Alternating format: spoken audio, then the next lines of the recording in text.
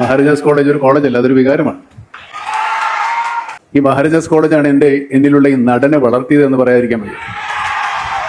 ഈ എറണാകുളം നഗരത്തിലെ മുക്കും മൂലയിലും ഞാൻ അഭിനയിച്ച് നടന്നിട്ടുണ്ട്. എനിക്ക് ബോധമില്ലായിരുന്നു, വെളിവില്ലായിരുന്നു, അഭിനയഭ്രാന്ത് തന്നെയായിരുന്നു. ആരുടെ മുമ്പിലായാലും ശരി, ഏത് വേദിയിലായാലും ശരി, ഏത് സ്ഥലത്തായാലും ശരി, എന്തെങ്കിലും കോഷ്ടി കാണിച്ചിട്ട് ഞാൻ നടന്നിട്ടുള്ളൂ. എൻ്റെ അക്ഷരശുദ്ധി എനിക്ക് വരുത്തിയതിൽ ഞാൻ വളരെ കെയർഫുള്ളായിട്ടാണ് മലയാളം സംസാരിക്കുന്നത്, സിനിമയിലായാലും വെളിയിലായാലും പുറത്തായാലും. അതിന് കാരണക്കാരി ഞാൻ